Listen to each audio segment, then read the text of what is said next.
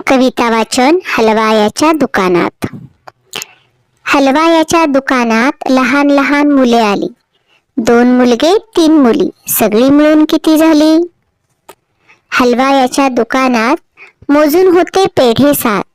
2 विकले 3 खाल्ले, राहिले किती कपाटात? हलवायाच्या दुकानात 3 किलो बुंदी होती. 5 किलो देण्यासाठी सांगा अजून लागेल किती?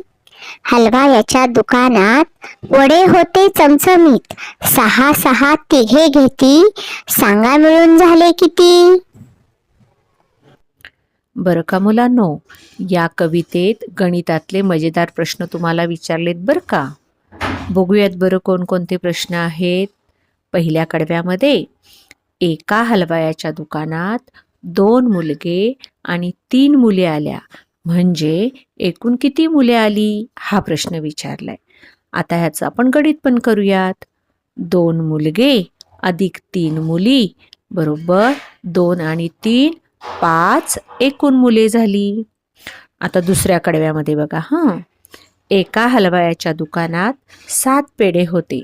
त्यातील 2 विकले 3 खाल्ले, म्हणजेच 5 पेढे कमी झाले. तर आता कपाटात किती पेढे उरले? 7 पेढे होते, त्यापैकी 5 पेढे कमी झाले, म्हणजे 7 वजा 5 बरोबर उरले 2 पेढे.